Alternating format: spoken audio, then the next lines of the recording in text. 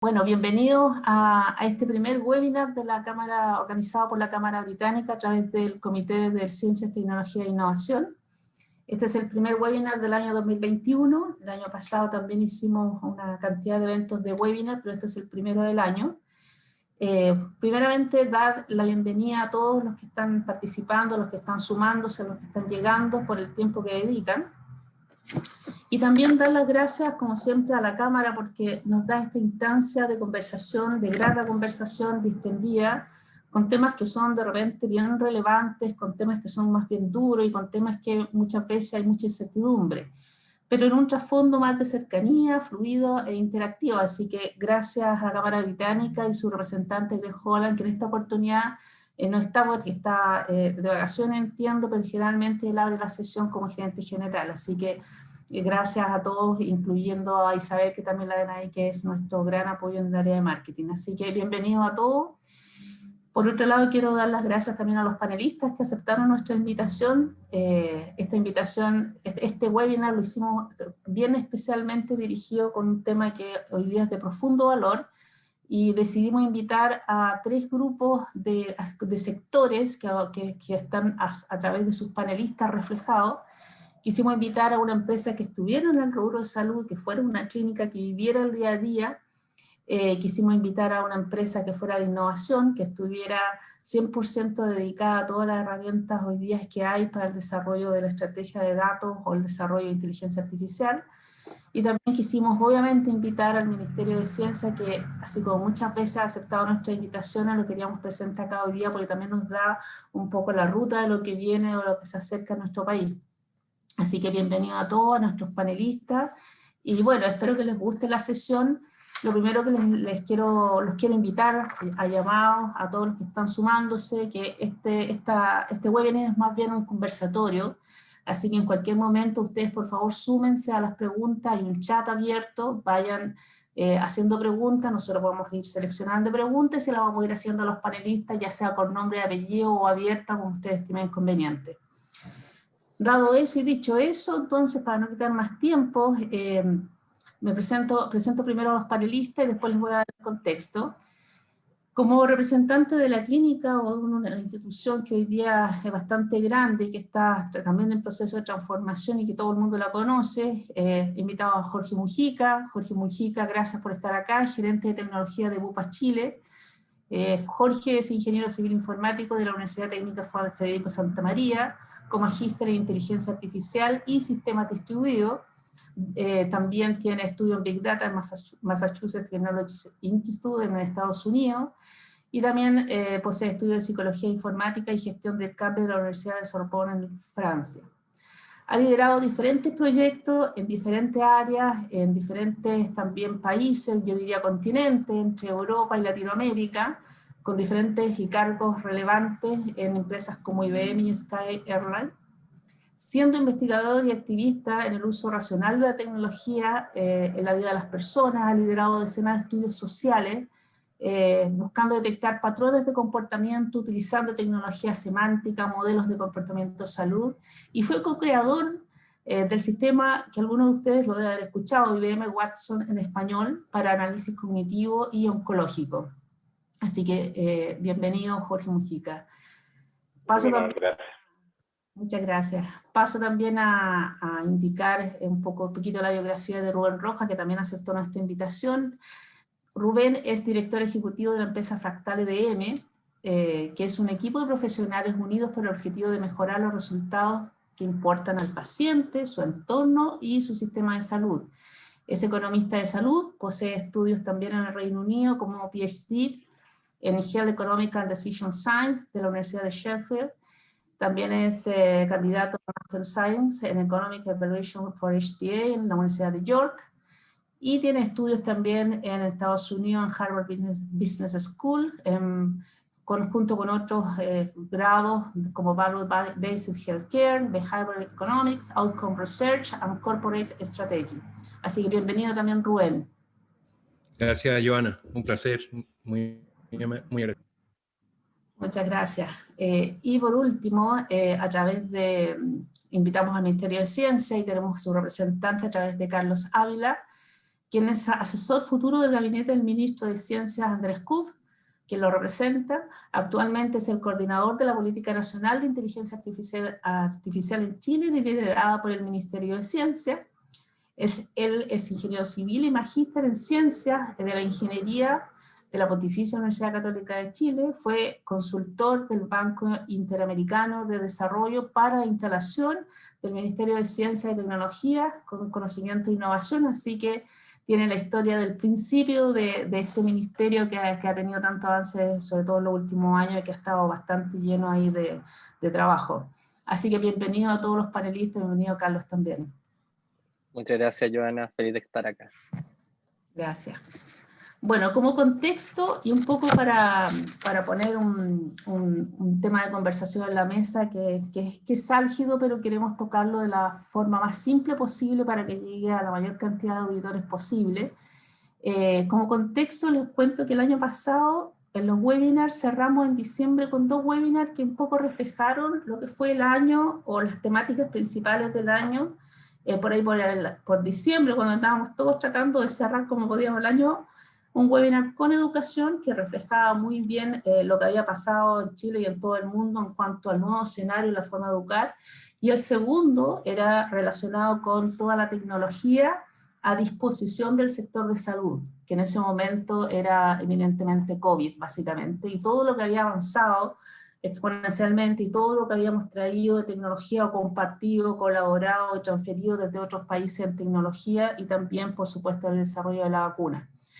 Este año quisimos partir por el sector de nuevo en salud, quizás no tanto enfocado en COVID, pero obviamente va a seguir la conversación, pero no quisimos solamente hablar de tecnología, quisimos hablar de lo que genera la tecnología per se, o lo que genera cualquier tipo de instrumento digital per se, que es el dato, aquel elemento que es el oro del futuro, algunos le llaman el petróleo del futuro, pero aquel elemento que hace que las empresas sean más o menos, no solamente eficientes, sino que innovadoras, y quisimos ponerle el nombre El valor de los datos en el sistema de salud, porque queremos continuar esta seguidilla, digamos, de webinar y partir con el tema de salud, pero dándole enfoque a la ciencia de los datos. Como algunos de ustedes saben, la ciencia de los datos es una disciplina que usa los datos para extraer conocimiento e ideas. Es un campo multidisciplinario en continuo desarrollo que involucra conocimientos de negocios, ciencias, en computación, estadística.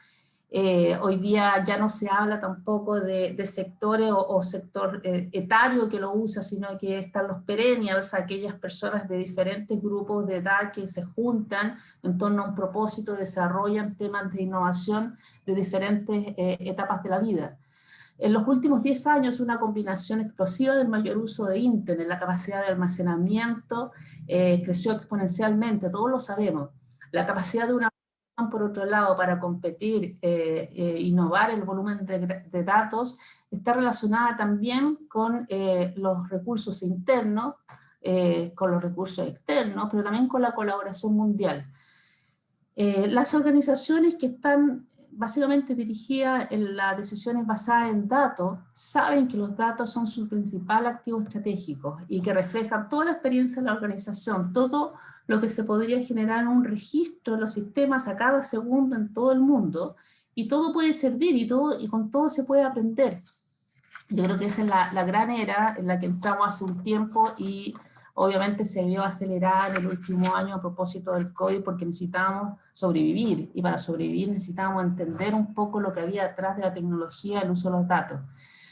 Si pudiéramos analizar los datos históricos junto con el impacto social que se define en políticas preventivas, campañas de salud, ambiental, laboral, políticas públicas para el desarrollo de la educación de la salud, estudios, probabilidades, aparición o continuidad de enfermedades, fortalecimiento de vigilancia de brotes epidémicos y evaluación de la calidad de los servicios médicos, si pudiéramos quizás perfeccionar todo lo que ya tenemos, iríamos evolucionando mucho más rápido, seguramente. Y algunos hablan por ahí de si hay una segunda ola epidémica, la curva es mucho más corta hoy día porque ya se tiene experiencia también en el manejo de los datos, en desarrollar alguna cura.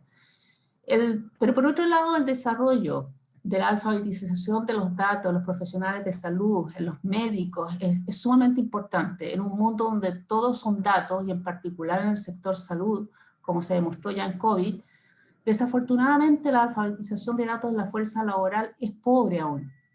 En términos de cómo acceder, de cómo comprender, de cómo utilizarlo. Necesitamos mejorar esto para que también que cuando proporcionemos las herramientas y tengamos la tecnología disponible, se les pueda usar de mejor manera y efectiva y mejorar los resultados de la salud de la población.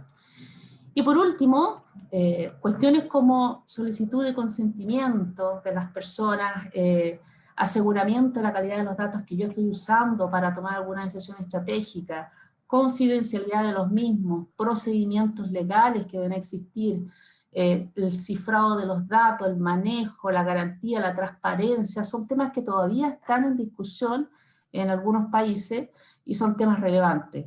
Junto a esto se nos viene todo lo que es neuroderecho, por otro lado.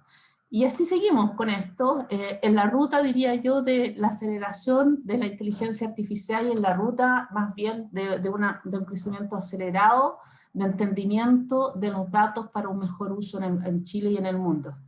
Así que, dicho eso, paso a conversar directamente con nuestros panelistas, con algunas preguntas que preelaboramos. Le vuelvo a indicar, esto está abierto, así que todo aquel que quiera hacer preguntas, por favor hágala con el chat y las vamos a ir intercalando con estas preguntas que preparamos, pero la idea es que sea un conversatorio bastante liviano, que ustedes se sientan también confortables y que puedan ir también aprendiendo de esta experiencia, colaborando con todos nosotros. Bueno, voy a abrir con una pregunta y voy a invitar a Jorge que parta con el desarrollo de esta pregunta para que después el resto se vaya sumando, obviamente, desde sus posiciones y desde su experiencia. Jorge, hoy día como sociedad, ¿estamos preparados, o como empresa, o como profesionales, para hacer una experiencia positiva del uso de los datos, engrandecedora del uso de toda la información que diariamente se genera, no solamente en los campos donde estamos, sino que en la sociedad, en Chile y en el mundo? ¿Estamos preparados a hacer frente a tanta información? ¿Cuál ha sido tu experiencia? Yo pienso que no. Yo creo que no. La respuesta es no. Hemos dado pasos bastante importantes, pero aún realmente nos falta muchísimo. Y un poco desarrollo en un par de minutos el por qué creo esto. Lo primero es que existe una brecha sumamente importante entre la formación de profesionales que sepan de gestión y análisis y las necesidades de la empresa y la sociedad. Por muchos años esto se ha visto como un problema tecnológico, cuando en realidad es un problema híbrido. Necesitamos analistas y tecnólogos que hablen humanidades y también humanistas que hablen tecnología. Cuando uno ve la combinación de un muy buen científico de datos, pero que tiene algún tipo de diplomado o formación en sociología, la verdad es que esa mezcla empieza a generar un maridaje muy bueno a la hora de poder comprender la información y los datos que justifican esa información. Hay una deuda, hay una brecha muy grande entre el mundo educacional y la necesidad real que estamos teniendo las empresas y está teniendo la sociedad, y tenemos que esperar algunos años más para poder ver los efectos de cerrar esta brecha. Se han dado pasos, la carrera de científicos de datos existe en algunas universidades, pero se sigue enfrentando de una forma muy tecnológica, y solo tecnológica, y ahí hay un punto importante. En segundo lugar, hay un tema educacional de las personas. Normalmente las personas no leen los términos y condiciones, por ejemplo, de un servicio en la nube, simplemente aceptan para poder pasar rápido al respecto, y al final del día eso tiene mucho que ver con la privacidad. Cuando hablamos de la confianza del dato, o sea, tenemos que educar a la gente para que entienda los derechos y los deberes también que tiene respecto a lo que son sus datos y el uso de los datos de la sociedad. Esto me recuerda mucho lo que pasó con el e-commerce alguna vez y las tarjetas de crédito, que había desconfianza en lo que era el e-commerce, la gente no se atrevía a poner la tarjeta de crédito, pero también faltaba mucha educación, y estamos en ese punto de inflexión, intentando avanzar en esta nueva cultura del dato. En tercer lugar está la norma. La norma ha avanzado lento, muy lento, en términos de lo que es la ley de privacidad. Creo que en ese sentido el Ministerio de Tecnología ha dado pasos muy importantes con la nueva política de inteligencia artificial que nos va a ayudar en un marco muy interesante en lo que viene, y ahí sin duda que Carlos nos va a poder comentar un poco más de eso, pero ahí hay avance. Pero sí, la privacidad y la protección del dato todavía está muy al debe en términos de la ley. Nos falta avanzar en esa línea. Y finalmente, yo te diría que está la cultura del conocimiento. ¿Qué significa esto? Que existe un entorno de desconfianza en general de las personas respecto a cómo usan mis datos. Si hay fake news o hay una tendencia de, no, esta persona está mintiendo. Cuando hay un entorno muy hostil en términos de lo que ocurre en un país, los datos son la única forma objetiva de poder explicar fenómenos de la sociedad, de las empresas, del mundo o de una cultura en particular. Yo creo que ahí seguimos amparados por un prejuicio, por un entorno hostil, como menciono. Creo que el estallido social también ha hecho una cosa como de desconfiar del dato. Cuando aparece un chart en alguna noticia, tendemos a desconfiar, aunque el dato esté ahí. Ahí hay una cosa donde necesitamos embajadores que nos ayuden a ir promoviendo una cultura del dato junto con todo lo anterior, la educación, la brecha educacional corporativa, y por cierto, ya dejar de producir o solo tecnólogos o solo humanistas. Necesitamos una combinación un poquito de los dos. Nos falta, pero hemos avanzado.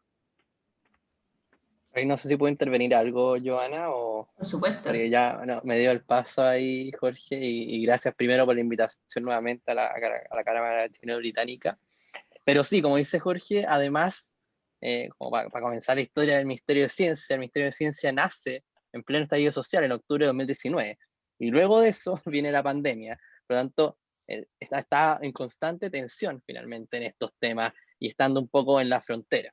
En ese sentido, como decía Jorge, exactamente nosotros hemos estado trabajando y a pesar de ello, nosotros en septiembre de 2019, perdón, julio-agosto empezamos de 2019 empezamos con el proceso de diseño de la política nacional de inteligencia artificial, donde en su momento estuvo José Antonio Gurí, que tal vez algunos lo conocieron, bien nombrado y día asesor del Ministerio de Economía, y yo tomé esta posta ahora más bien en lo que es la implementación.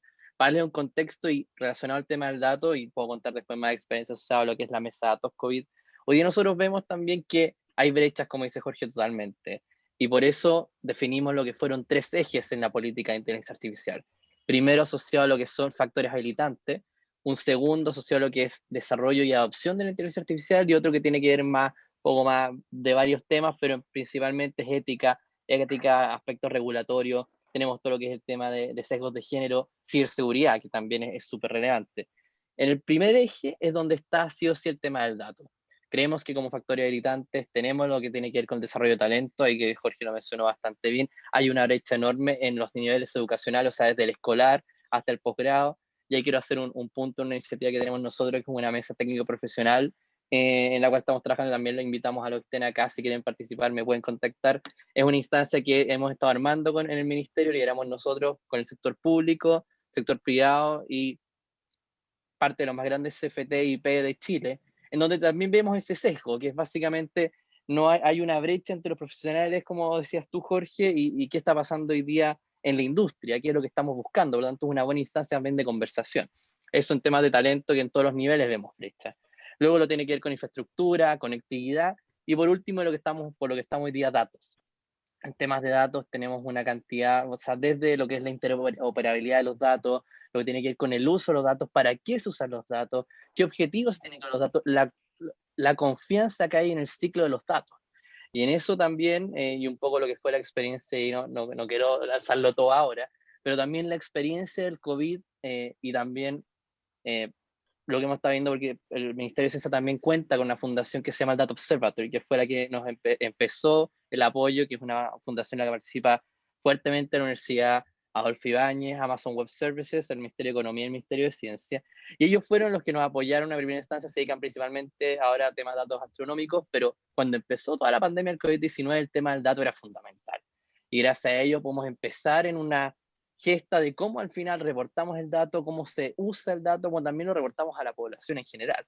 Y hoy día existe, entre varias instancias, ahí voy a comentarlas después, pero también generamos un repositorio de datos COVID en el cual fueran transparentes, todo está conectado con el Ministerio de Salud, con los reportes que se generan todos los días, reporte diario, reporte epidemiológico que se genera cada 2 días, los índices de vacunación, por ejemplo, y también otros datos que se van interoperando y que yo puedo ir cruzando. Por lo tanto, totalmente de acuerdo que un factor habilitante que también tiene que haber un ciclo de datos claro y que busque también el almacenar, la curatoría del dato, lo que es el tratamiento de datos, tiene que ser súper claro y tiene que tener un objetivo, un propósito definido también, lo que genera confianza y con lo que podemos trabajar también. Perfecto. Yo voy a hacer algún alcance desde la perspectiva de salud. Estoy muy de acuerdo con lo que decía Carlos y Jorge respecto de estas brechas. Quizás el sector de salud tiene más brechas que otras, ¿no? La banca está súper bien estructurada, uno ve que transfiere dinero por el celular, compra cosas por el celular, después, no sé, ve una película en Netflix y todo eso va haciendo mucha generación de datos y todo funciona súper bien. Yo la otra vez hice un curso en Estados Unidos y estaba de mi compañero, era el gerente de marketing de Netflix, el director global de marketing, y me decía, tú supieras la cantidad de experimentos que hace Netflix contigo sin tú darte cuenta, porque en algún momento, cuando te suscribiste, le pusiste clic, como decía Jorge, al acepto términos y condiciones, para ellos después empezar a usarte como conejillo de indias, de qué es lo que te sugieren, primera cosa, no sé, lo más visto, después, y hacen experimentos contigo. De hecho, hay un rating de asociación entre las películas que has visto sobre las nuevas, entonces te dice, hay un 90% de que, no sé, likelihood de que te guste, por ejemplo, ¿cierto? Entonces, y cuando uno va a la salud, lamentablemente tenemos el sistema particionado con una llaga o con un cataclismo, el sistema público del privado. Hoy día en el sector privado hay mejores datos que en el público, estamos todavía lejos de poder tener buena calidad, pero en el público es triste la brecha, es decir, uno, por ejemplo, con algún médico o servicio de salud que sea motivado, digamos, uno dice ya, pongámonos a medir cosas.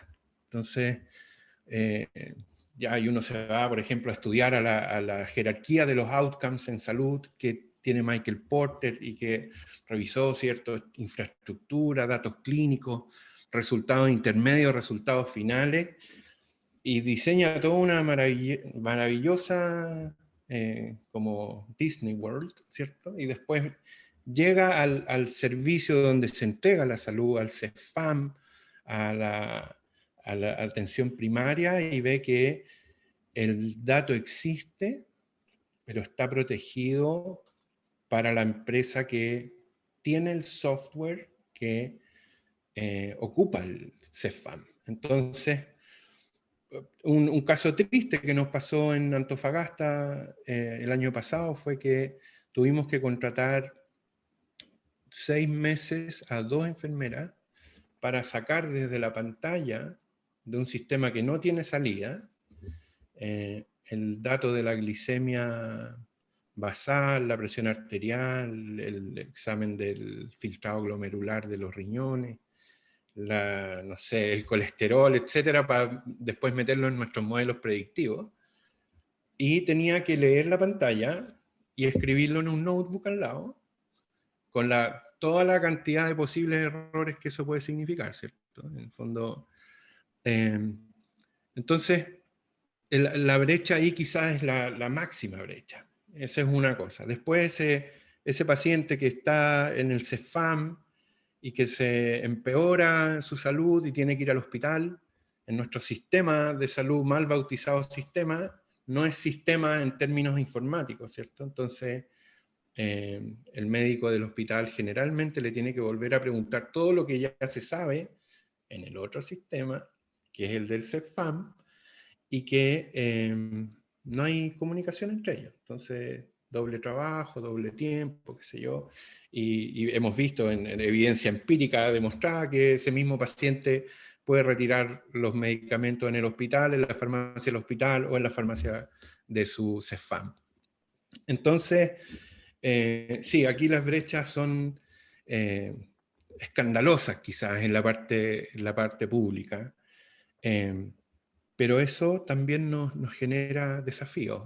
El primer desafío, creo yo, y colgándome un poco de los conceptos que habló Jorge del escepticismo en los datos, el desafío es lograr la transparencia y la disponibilidad de los datos, para que nosotros, el CEFAM, el hospital de baja complejidad, el de alta complejidad, el SAPU, todos los actores, ¿cierto?, tengan acceso de manera transversal a esos datos. Que no la empresa A, que es la que desarrolla el software, sea la dueña de esos datos, y si alguien se los pide que se los pase al hospital, él le pasa una factura de servicio por exportación de datos. Eso es una cosa que es absurda. Entonces, esa es una cosa que tenemos que regular, la disponibilidad, la propiedad de los datos. En el fondo, los datos de los pacientes del sistema público son del sistema público, y habrá que anonimizarlos y cuidarlos y protegerlos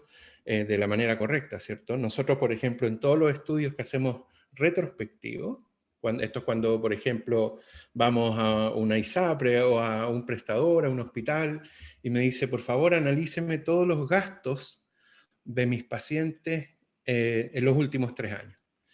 Y nosotros lo que hacemos, primero siempre, es firmar un acuerdo de confidencialidad en el uso de la información, y luego lo que hacemos es, dependiendo del diseño del trabajo, si es retrospectivo, pedimos los datos anonimizados, es decir, en vez de que el root sea, no sé, 12 millones, es el 1-8, ¿ya? Ese es un root ficticio que se genera con un protocolo, y después nosotros hacemos todos los cruces de información con esos root ficticios, y después los devolvemos, cosa que quien nos prestó la información o quien nos pasó la información, ellos sepan desenfundarlo y decir, este es el paciente Rubén Rojas, ¿te fijas? Entonces, eso es lo que hacemos. Y cuando los estudios son prospectivos en el tiempo y hay intervención, ya sea desde una encuesta o alguna cosa muy básica, o hasta la intervención médica o algo así, ya ahí todo viene con consentimiento informado de acuerdo a la Ley de Protección de Datos. Súper buena, mira, Rubén, te agradezco mucho. Voy a tomarme incluso del ejemplo que diste antes de hacer la otra pregunta, pero quiero animarlo ahí a los que están más tímidos a hacer preguntas por el chat, para aprovechar así también el tiempo, porque tenemos el tiempo exacto en 1 hora, así que aprovechemos ahí a hacer las preguntas. Pero voy a tomarme de lo que nos contaste de la experiencia, Rubén. La pregunta de fondo es, ¿estamos en una crisis de conocimiento en cuanto a cómo usar los datos, o estamos también en una crisis de confianza en el sentido de que por áreas o por personas o por instituciones yo no confío en el traspaso de los datos a otras instituciones? ¿Cómo lo ven ustedes? Dejo la pregunta abierta para el que quiera tomarla y abrirla, digamos, pero ¿es ambos, o de conocimiento o de confianza? ¿Quién quiere tomar esta pregunta? Yo comienzo. La verdad es que ambas. Hay un tema bien interesante aquí en términos de lo que es la palabra crisis, ¿no? Que la palabra crisis, para empezar, ya genera una cierta, un cierto rechazo. Crisis al final es punto de inflexión, y eso hay que tomarlo desde el lado, si es cóncavo o convexo. Lo que queremos es que justamente sea un punto a favor. Cuando hablamos de confianza, la verdad es que cuando conozco, o sea, sé en qué confiar y en qué no. O sea, yo sé el color que estoy viendo con mis ojos, y creo que muchas veces con los datos termina ocurriendo una cosa como eso. Si el origen de la información es válida, tiendo a confiar. Y en ese sentido, cuando son mis propios parámetros, me estoy haciendo un examen de sangre, por ejemplo, y está haciendo ese procesamiento, sé que el dato que está saliendo, o confío que el dato que salga es el correcto. Puedo desconfiar de la interpretación del dato, que es el momento en el cual empezamos a hablar de conocimiento y empiezan a aparecer otras vertientes. Por lo tanto, si hay una crisis, yo creo que la desconfianza que hablábamos hace un tiempo contribuye mucho a esa crisis, y creo que la respuesta y la política nuevamente de inteligencia artificial va a tener un rol muy protagónico en este punto, de entender cuáles son los orígenes válidos de los datos. Al tener claro el origen válido y entender cómo se forma ese origen válido, Lo que viene después es una interpretación, que ya es un terreno subjetivo, pero el dato en sí mismo es algo que va a ser irrefutable. La información que emane de eso va a tener una primera línea de subjetividad y el conocimiento va a ser lo que cada uno adquiera a partir de esa información. Así que hay una crisis de conocimiento, sin lugar a dudas, emanada en gran medida de una crisis de confianza y de un desconocimiento de cuáles son las fuentes válidas realmente en Chile en diversas materias de datos. Solo puedo confiar, y ese es el pensamiento del ciudadano en general, solo confío en lo que tengo, sé el color de mi piel, sé la sangre que tengo, sé mi grupo sanguíneo, toda esa información de lo que yo creo, de los datos que yo genero, en eso sí puedo confiar. Pero si aparece una entidad externa que no sé de dónde sacó el dato que tiene, evidentemente que eso va a originar una crisis final de conocimiento en la sociedad y en las empresas. Súper. Muchas gracias, Jorge, por haber tomado el paño. Voy a pasar a Carlos porque voy a aprovechar de hacerle al tiro la pregunta. Si quieres contestas la otra también en complemento, pero también te voy a hacer la pregunta que llegó ahí para no dejarla sin contestar de Macarena Gatica. Pregunta para Carlos, dice, como bien dices, el COVID más que nunca dejó de manifiesto el uso de los datos. La mesa de COVID, datos sensibles de salud y de geolocalización por la trazabilidad del comercio electrónico, nuestros hábitos personales, teletrabajo, la educación en línea. Sin embargo, todo sin un marco legal. ¿Será que como país no les damos importancia que tienen nuestros datos? ¿Por qué no se reconoce la importancia del proyecto de ley de protección de datos? Que no sé, ahí también a lo mejor es parte de otra institución, pero si nos puede también apoyar ahí con esa respuesta, te lo agradecemos tomando también el paño de la otra. Sí, no, voy a tomar esta de Macarena Gatica, Alessandri, si no me equivoco, así que bueno, participó de nuestras mesas autoconvocadas por la otra cámara, el AmCham, no es la competencia, pero por esto, me acordaba. No, buenísima pregunta, Macarena. Nosotros creemos que hay que hacer una tremenda concientización y por eso también el proyecto, lo que fue el proceso de la política de inteligencia artificial fue un proceso bastante participativo. Este proceso fue bastante de generación de concientización, de comenzar a hablar de estos temas, de que hicieran sentido, de hablar de estos tres ejes. Y en esto participaron más de 5.000 personas, hicimos más de 14 webinars, más de 15 si no me equivoco, hablando de temas de cambio climático, temas de salud. Ahí tuvimos a Juan Velázquez, experto también de la Universidad de Chile, participando con nosotros hablando de estos temas.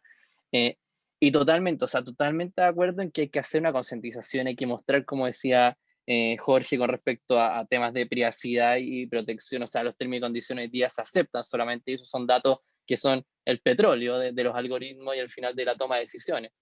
Por tanto, creo que hay que hacer una concientización. Hoy día estamos trabajando con grupos que se generan de estas mesas autoconvocadas para también poner estos temas sobre la mesa y dejarlo de la ciudadanía y también tener una opinión informada de ellos mismos. Y con respecto, y aquí quería compartir algo que no sé si puedo ponerlo después en el chat para que los espectadores lo tengan, pero la mesa de datos COVID generó, y no sé si lo sabrán, pero generó un documento también con respecto a esta experiencia que fue la toma, o sea, finalmente la creación de lo que es el repositorio de datos COVID, cómo fue un poco el proceso del que hablaba Jorge, o sea, desde la generación, obtención y acceso al dato, lo que es almacenamiento, curatoría, después análisis y finalmente la visualización, y después uno da una vuelta a volver a generarlos, obtenerlos y tener el acceso. Entonces sí, totalmente en ese report también se visualiza y se explicita todo lo que hablaba Rubén. O sea, que hay un tema crítico en el sector público, se puede decir, en temas de datos, está funcionando como silos. Para nosotros como Ministerio de Ciencia también fue súper difícil empezar a trabajar con los datos y generar este piloto que fue este GitHub, que hoy día ya está súper consolidado con 82 data products, más de 900.000 personas lo han visitado. Tenemos ya 100.000 descargas de estos datos que están aquí. Se han generado 35 apps que son de la ciudadanía y también está siendo usado un curso de formación de talento de Data Science. Por lo tanto, sí, totalmente que hay que empezar a abrir estos datos, empezar a hacerlos transparentes, mostrar esta ruta del dato que es súper interesante, y no solo interesante, sino que también le da confianza al dato porque se sabe de dónde proviene, qué significa. Y con respecto, para no hacerme hacer la vista gorda a lo que es el tema del proyecto de ley de datos personales, nosotros hacemos la distinción, y en el documento que les voy a compartir ahora cuando deje de hablar, es importante la urgencia. También como lo que es los temas de ciberseguridad.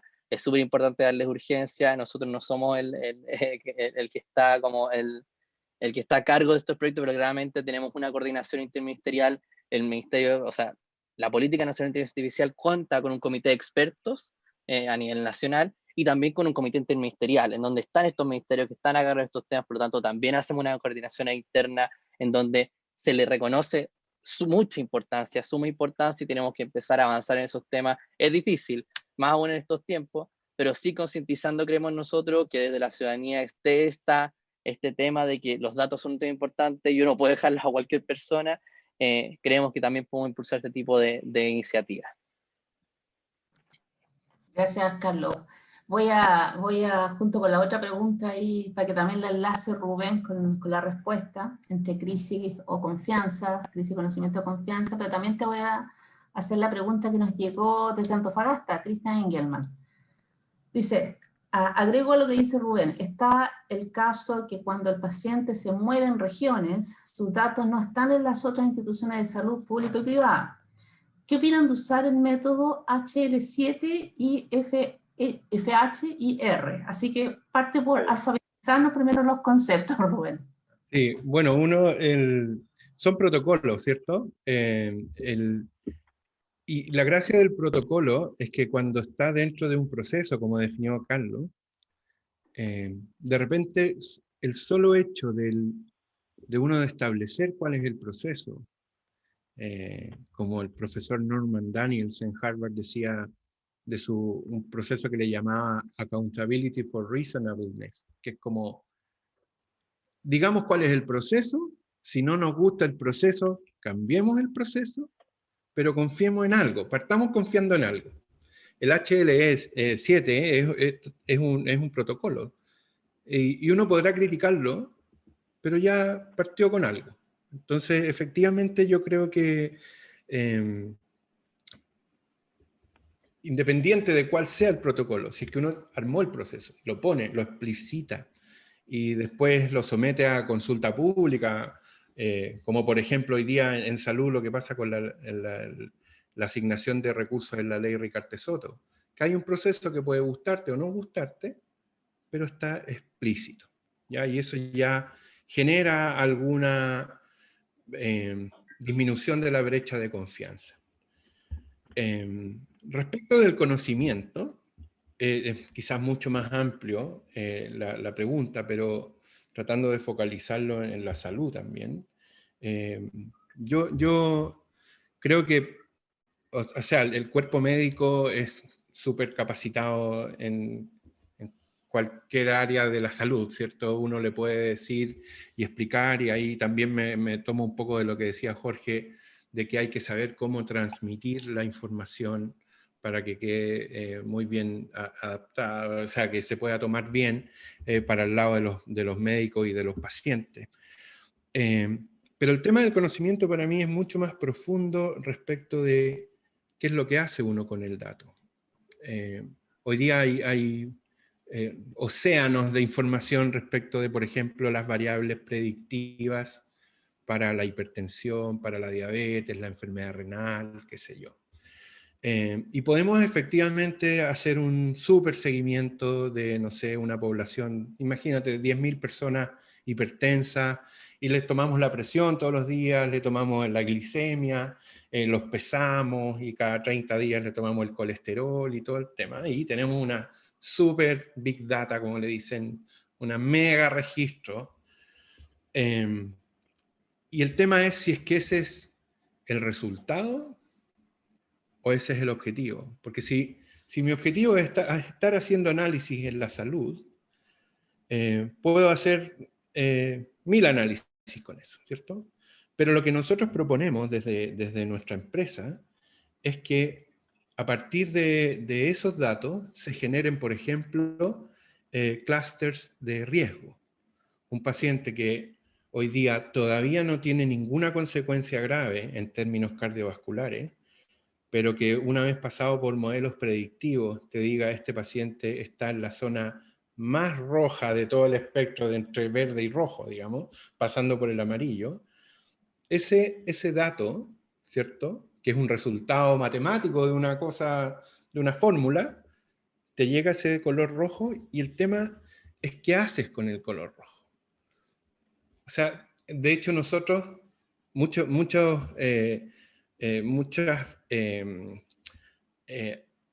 perspectivas dicen, con ese dato ya sabemos qué hacer. El tema es qué vas a hacer. Si es que tú ese paciente lo vas a seguir, le vas a hacer una multiintervención, le vas a cambiar el tratamiento, lo vas a tener un seguimiento cerca y en 6 meses más lo vas a sacar del color rojo al color amarillo y en 6 meses más después lo vas a sacar del amarillo y lo llevaste al verde, ahí usaste el dato para algo que sí sirve. No solamente por el hecho de existir los datos, o tener resultados, o promedios, o funciones, regresiones, o hacer pirotecnia estadística, digamos. El tema es cómo tú lo usas para generar después una acción. Entonces, en el tema del conocimiento de los datos, yo creo que ahí hay una responsabilidad muy grande, en el fondo de cómo integrar todo lo que venga desde la ciencia de los datos y después cómo se va a aplicar operativamente para algo que sea bueno, como por ejemplo, mejorarle la salud a esa persona que a lo mejor no sabe que es una bomba que está a punto de estallar y decírselo antes. Y así, la persona no pasa por consecuencias graves, el sistema no gasta plata y todos ganamos. Entonces, en el fondo yo creo que ahí falta todavía un eslabón que juntar. Creo que hoy día el tema difícil es que si uno quiere aprender de esto se tiene que ir para afuera. No hay, hasta donde yo sé, un programa que te integre todo esto y decir, a lo mejor es una buena oportunidad, si hay alguien del sector de educación ahí escuchando, es una buena oportunidad para integrarlo, digamos. Eso es mi perspectiva, Giovanna. Cristian, a mí me gustaría complementarte un poco en la parte, desde la mirada directamente de la salud, un poco de lo que vos estamos haciendo sobre la pregunta de Cristian, que encuentro que está súper interesante de lo que es HL7 y FHIR, que más allá que son efectivamente protocolos, y conectarla con una pregunta que llevo muy interesante de la gobernanza de los datos, Joana, así que me voy a permitir un poquitito fusionar un comentario ahí. Por supuesto, efectivamente, la pandemia nos ha ayudado, Cristian y Javier, a pensar de una manera más digital cualquier industria, y la salud no es la excepción. HL7 fue un protocolo, como justamente estábamos hablando, que su finalidad era la interoperabilidad, siempre ha sido la interoperabilidad, de poder comunicar sistemas de salud como Swift es en la banca de alguna forma, HL7 lo es en la salud, y FHIR simplemente fue una evolución más tecnológica del mismo concepto. Pero la primera reflexión es que la data es del paciente, no es de la institución de salud. Por lo tanto, cuando uno lo mira, y eso es lo que pensamos en Bupa, ¿no? Que la data está en una ficha médica, y esa ficha médica, nosotros como empresa custodiamos esa data, pero no somos propietarios de esa data. Por lo tanto, si un paciente da un consentimiento para que esa data se mueva por protocolo HL7 a otra institución, creo que ese es uno de los pasos más fundamentales en la evolución tecnológica de la salud que tenemos que vivir, aún más con la telemedicina.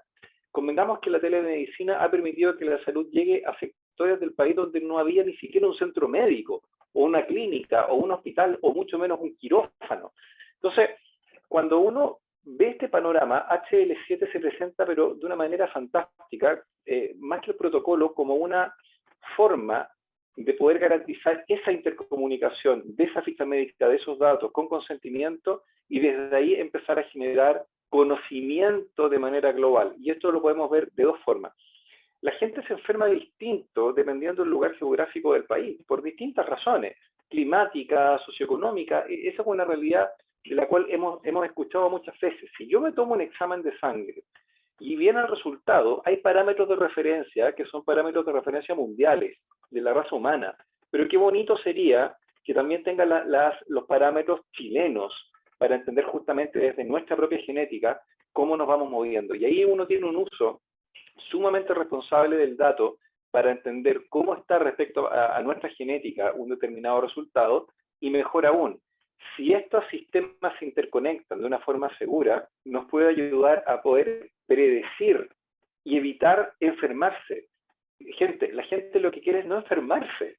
No nos queremos enfermar, y ese es uno de los puntos más importantes de la interoperabilidad como oportunidad para el país. de hacerlo de forma segura con un protocolo central y poder tener una gran red interconectada como energía, pero esta vez de sistemas tecnológicos en salud para poder potenciar una mejor salud en general en el país. Y en eso, Javier, tienes toda la razón, se necesita gobernanza, se necesita empezar a aplicar los procesos, los modelos y entender del ecosistema global cómo poder hacer una mejor experiencia. Si voy a urgencia a las 3 de la mañana y no tengo un vehículo, integrar algún tipo de servicio vehicular, ¿no es cierto?, como los que hoy existen en distintas ciudades, para que toda esa experiencia quede interconectada.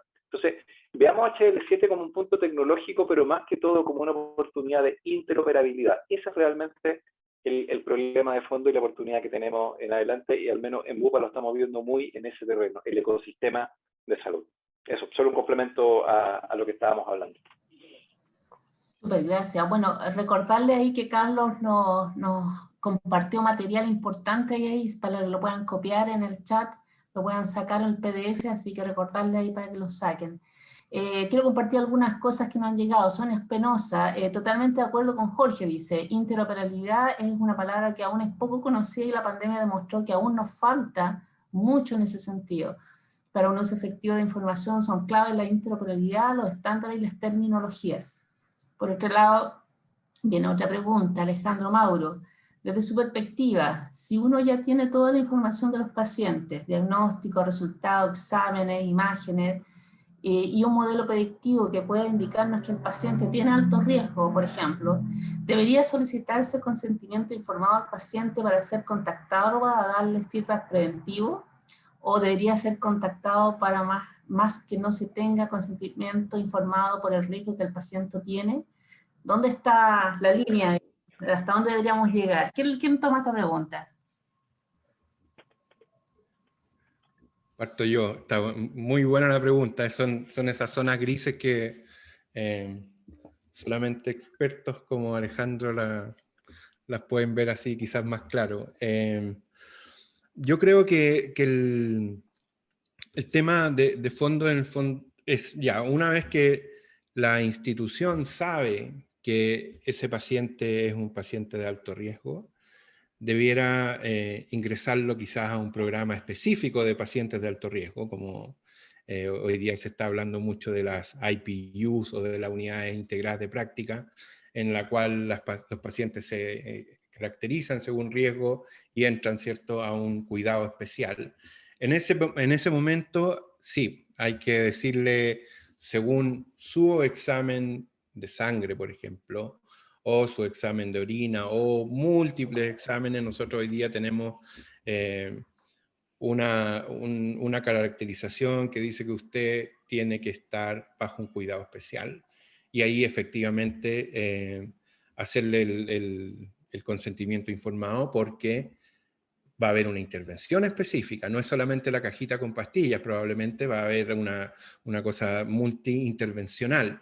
Y luego va a haber que tomarle los resultados para ver si efectivamente esa intervención tuvo o no el efecto esperado. Entonces, yo creo que sí, hay que primero ingresarlo a un cuidado específico, y en ese mismo momento sí pedirle el consentimiento informado. Yo, complementando nuevamente a mi estimado Rubén en la misma línea, la pregunta está, pero espectacular, Alejandro, te la agradezco, porque esto parte también de mucho antes, ¿no? Todos estos cintillos, fit y distintos otros wearables, ¿no?, que están apareciendo, al final termina siendo parámetros que le llegan al paciente, pero que no necesariamente entiende esa persona los resultados de esos datos que están ocurriendo. El otro día me llegó a mi casa un cintillo para poder leer patrones cerebrales, que, para ser honesto, entiendo el 9-10% de lo que figura como resultado, por lo que malamente voy a poder hacer un diagnóstico a partir de esos wearables. Por lo tanto, la pregunta es, ¿qué está en el medio? Al menos la opinión que tengo un poco está en un concepto como de un plan o algún tipo de innovación disruptiva que ayuda a crear un layer en el cual hay un consentimiento dado para que alguien esté monitoreando, alguien que tenga las competencias, un servicio que tenga las competencias, esté haciendo este monitoreo, desde ahí empezar a tener un nivel de diagnóstico, más que tener un conocimiento por en el fondo, tener un preconsentimiento global como un marco, un acuerdo marco, ¿no? Una cosa así, para que algún emprendimiento, y aquí creo que hay mucho espacio para emprender en Chile, pueda estar monitoreando algunos de estos parámetros y entregar feedback en tiempo real. Pero insisto, nuevamente que hay un tema de modelos de referencia chilenos para que esto tenga sentido. Ahí hay un espacio, yo creo que como país tenemos un tremendo potencial en las empresas y en la población para hacer algo bien disruptivo y que nos ayude a prevenir. Si soy un runner y salgo a correr todos los días, o soy un ciclista y hay parámetros que me ayudan a ver la eventual enfermedad que podría tener a los huesos por estar trotando 9 horas al día, no lo hago yo, digamos, pero podría ser el caso, que bien vendría tener una capa protectora al respecto. Así es que creo en el preconsentimiento, Alejandro, absolutamente, y hay todo un espacio ahí enorme entre la data de laboratorio, más la data de wearables, más un preconsentimiento para poder tener una cosa muy disruptiva y muy necesaria. Yo sé que nos queda poco, quiero ir un paso más atrás, y ahí bien cortito, porque también en la política de inteligencia artificial nosotros tenemos un tercer eje que es el de ética. Yo creo que este tipo de conversaciones es súper importante tenerlas en el marco ético y que nosotros generemos esas propias discusiones de qué decisiones vamos a tomar al respecto sobre estos temas. Yo encuentro que la discusión entre Rubén y Jorge, gracias a la pregunta de Alejandro, es súper interesante y da hasta por una mesa para ver qué vamos a hacer nosotros como Chile. Lo que ocurre hoy día y un poco también la motivación de la creación o el diseño de esta política de inteligencia artificial fue que nos dimos cuenta en 2019 que este tipo de discusiones éticas, por ejemplo, vehículos autónomos, por decir algo, cuando tienen que decir, si tuvieran que decir en algún momento si el algoritmo va a atropellar a una señora mayor, a un grupo de niños, en algunos países ya está discutido, está siendo discutido. Pero en Chile hoy día no tenemos una concepción al respecto, porque todavía no han llegado, con respecto a qué hacemos en esos casos. Cómo al final, qué sesgos tienen los algoritmos, qué hacemos en estos casos que uno tiene toda la data del mundo y uno puede decir que esta persona de verdad tal vez debería solicitar el consentimiento informado o tal vez hay otra posición en algún momento que diga no, se le informa al tiro porque esta persona está en riesgo, donde no tiene por qué firmar nada. Entonces, ese tipo de discusiones como las que estamos teniendo ahora, que también queremos levantar a través de la política en estos temas que son variados, o sea, estamos hablando de la salud hasta temas tal vez climáticos, es súper importante armarlas, tenerlas, generarlas y sentarnos a conversar como país qué queremos hacer, y no, obviamente vamos a tener como ejemplo los países del hemisferio norte, totalmente, pero también nosotros decidir en base a esas discusiones qué queremos hacer nosotros y qué decidiríamos nosotros en este tipo de casos. Eso es súper importante. Sí, Carlos, en la misma línea voy a juntar como dos preguntas ahí que hay que son más para el Ministerio, no sé si el MinSal o el Ministerio de Ciencia, pero la pregunta complementaria de Christian Engelmann, de acuerdo a lo que ve él, respecto a los estudios que se podrían hacer, los avances, en fin, la segmentación de datos, que se necesita básicamente un marco de gobernanza en todos estos temas. Y otra pregunta que también tiene que ver con el tema del uso de los datos. Entonces, que es un poco lo que hemos estado hablando, pero específicamente estos temas sé que están en la palestra de distintas instituciones. El Ministerio de Ciencia está englobando como paraguas o está haciendo partícipe de estas mesas de gobernanza de datos o cómo es el uso, la política. Está en mute. Estoy muteado, caí, así que no había pasado. Primero que todo, sí, con respecto a temas, un poco también la experiencia que nos deja el COVID, es que es necesaria la definición de un sistema integrado de datos, y un poco en el documento del white paper que les compartí también aparece, y es importante tener gobernanza, ver de dónde provienen los datos, cuáles son las decisiones que se deben tomar, una clara organización central también, y que existan atribuciones claras y componentes responsables para el procesamiento de datos y también el contexto en el que están. Y eso antes de la pandemia no lo teníamos y nos dimos cuenta que también era una necesidad.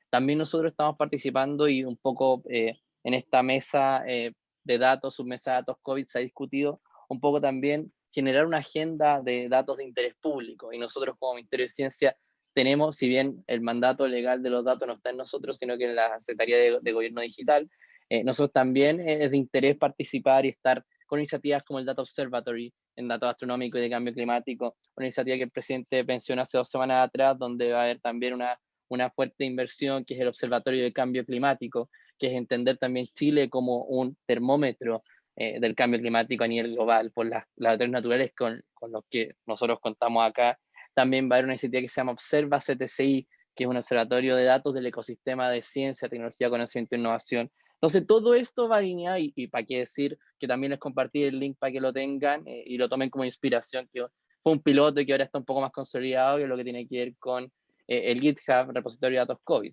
Toda esta agenda de datos claramente tiene que estar bajo una gobernanza, tiene que existir también qué objetivos va a tener, y un poco también va alineada con lo que tenemos como propósito en la política de inteligencia artificial, así que totalmente de acuerdo con eso, y no quise profundizar más, pero más profundizando en el tema de gobernanza y de la experiencia COVID, pueden encontrarla en el white paper que les compartí. Si hay dudas también, invitados a contactarme, yo los puedo contactar con el secretario ejecutivo de la mesa, y si hay iniciativas, feliz también de tomarlas y trabajarlas en conjunto.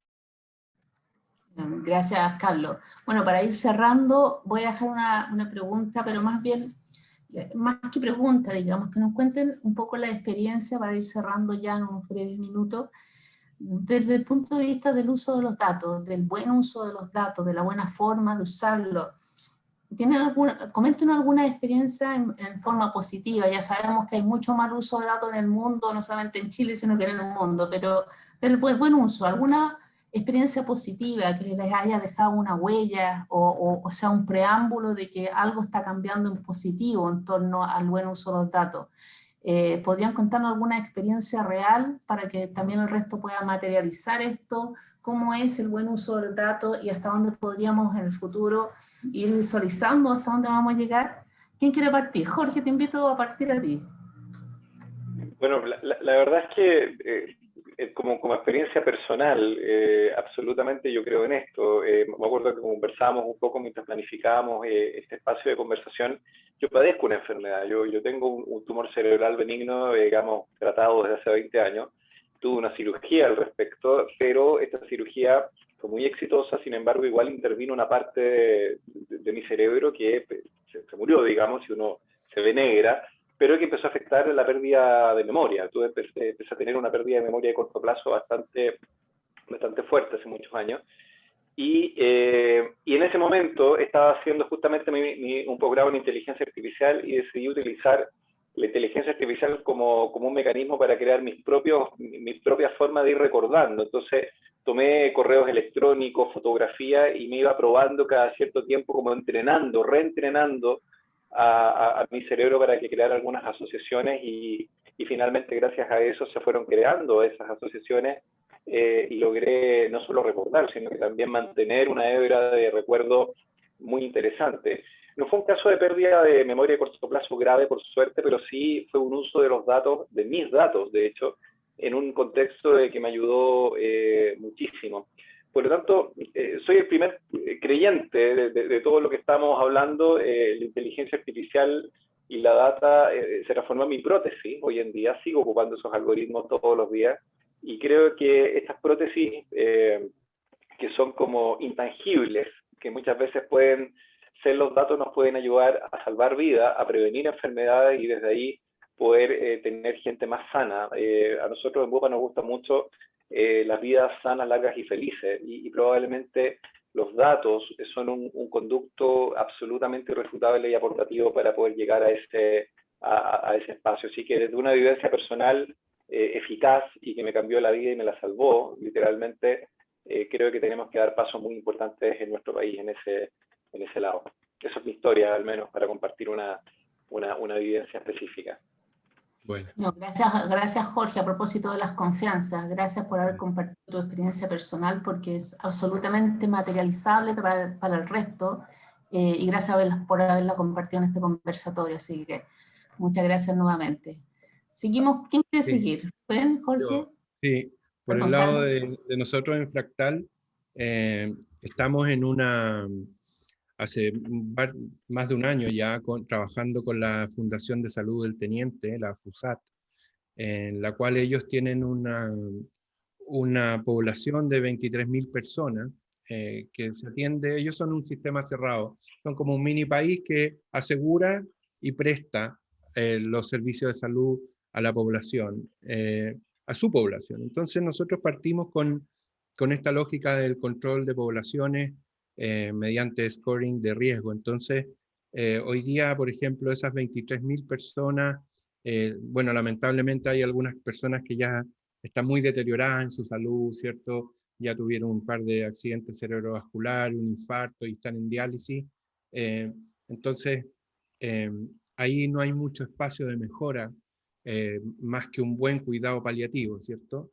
Pero hay otro grupo, como les decía yo hace un rato, que tiene mucho potencial porque todavía no tiene daño, pero sí tiene mucho riesgo. Entonces, nosotros sí estamos haciendo este mapeo a partir de modelos predictivos en el área cardiovascular y respiratoria, y estamos proponiendo intervenciones.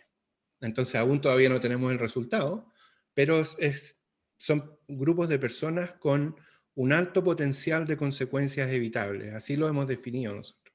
En el fondo, bombas que todavía no explotan, pero que queda poca mecha para que exploten, ¿cierto? Entonces, estamos a partir de modelamiento matemático predictivo, usando el modelo de Framingham en Estados Unidos, el UKPS de Inglaterra y el CHARP, que son modelos de hipertensión, enfermedad renal y diabetes, para tomar toda la parte de cardiovascular, y con un modelo que construimos nosotros para las enfermedades respiratorias, EPOC y asma, para tomar a esas personas y decir, ok, estos grupos de personas son las que la misma prestadora de salud tiene que ir a buscarlo y decir, ¿sabe qué? Tenemos que ponerlo en un programa específico preventivo, pero ya preventivo avanzado, digamos, no es como la prevención primaria que hace el MISAL, así que es más, por ejemplo, más de hábitos o de cosas así. Esto es mucho más específico, porque su score de riesgo indica que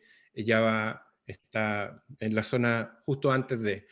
Y eso es un elemento que a mí me tiene muy contento. En la empresa somos varios trabajando con mucho corazón en esto, y espero en algún tiempo más poder darles resultados, porque hoy día todavía no hay, pero por lo menos ya se está haciendo algo por el lado nuestro, y cuando lo hemos circulado por el Ministerio de Salud les hace total sentido y hay algunos clics que ya están ocurriendo. Ojalá que pase.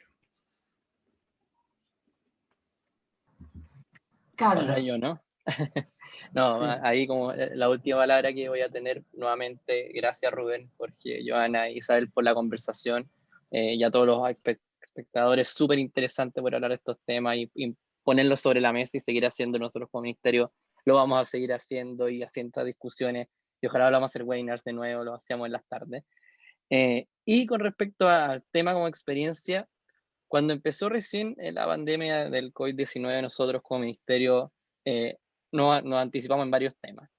Uno fue datos, la generación del repositorio de datos COVID, y ahí que también no solamente buscamos porque obviamente uno tenía la conciencia de que la pandemia había que ver la cantidad de contagiados, lamentablemente los números de fallecidos, pero también habían otros factores que pueden estar impactando porque no conocíamos bien lo que estaba ocurriendo.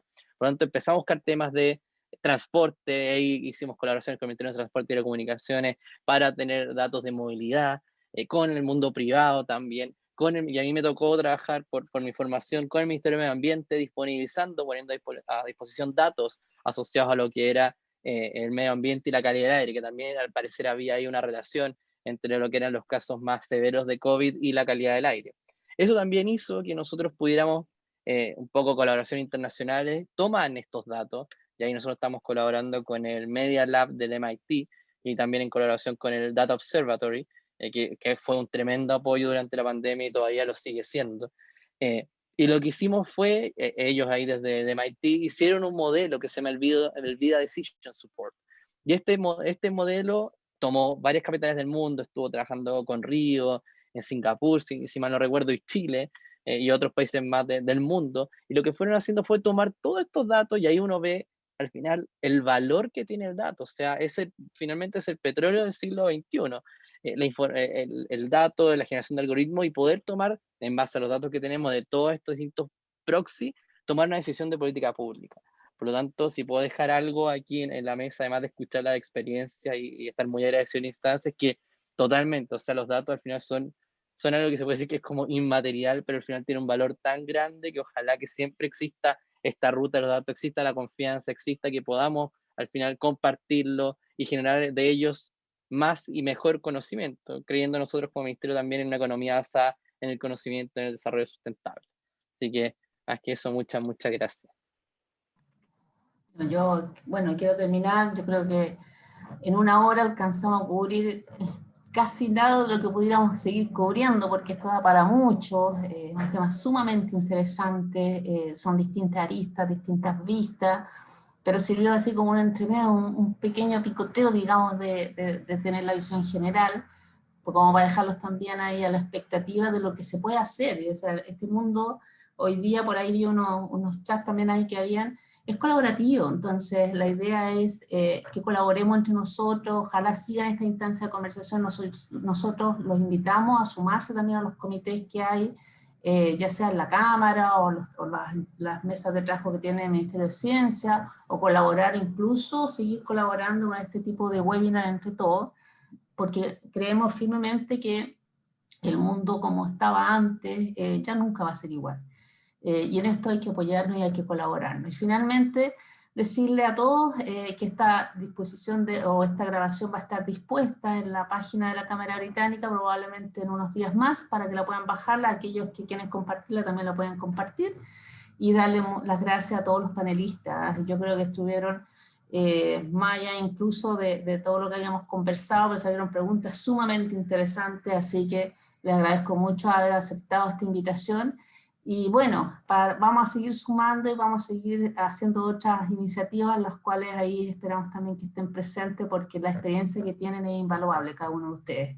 Les agradezco mucho el tiempo, nos pasamos unos minutitos, así que Isabel ahí después nos va a hacer llegar a todos seguramente el link con el webinar. Y bueno, sumar las gracias finales, esperemos vernos en otra oportunidad, en otro seminario. Y gracias a todos por los que están al otro lado de las cámaras, digamos, por haber compartido el tiempo. Muchas gracias a todos y que tengan buena tarde. Un abrazo, cuídense mucho. Chao, muchas gracias, muy bien. que estén muy bien. Igual. Gracias a todos. Ahí. Gracias. Muchas gracias. Chao, chao. Chao.